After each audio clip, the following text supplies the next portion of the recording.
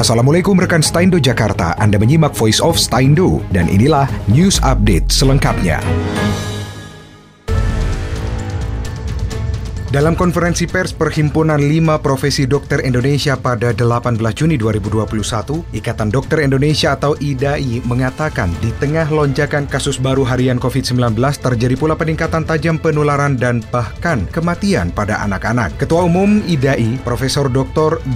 Aman Bakti Pulungan mengatakan data nasional menunjukkan konfirmasi COVID-19 pada anak berusia 0 hingga 18 tahun mencapai 12,5%.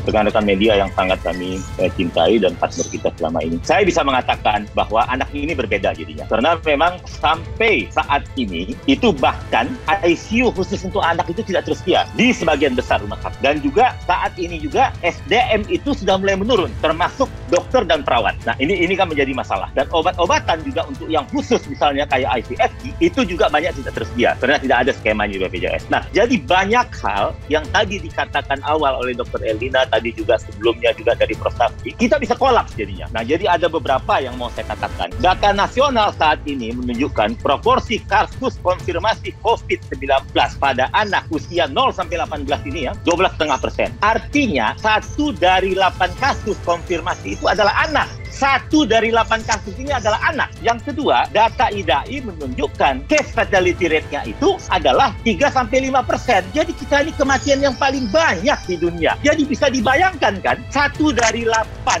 itu anak dan meninggal 3-5%. Dan ini jangan digoreng kalau saya bilang. Ini yang saya katakan betul-betul. Jumlah kematiannya itu 3-5% dan ini bervariasi setiap minggu sekitar inilah. Bukan balita itu meninggal 50%. Tolong ini jangan dari ini. Jadi dari seluruh yang meninggal pada anak itu 50%-nya balita. Selain itu, Ketua Umum Ikatan Dokter Anak Indonesia Profesor Dr.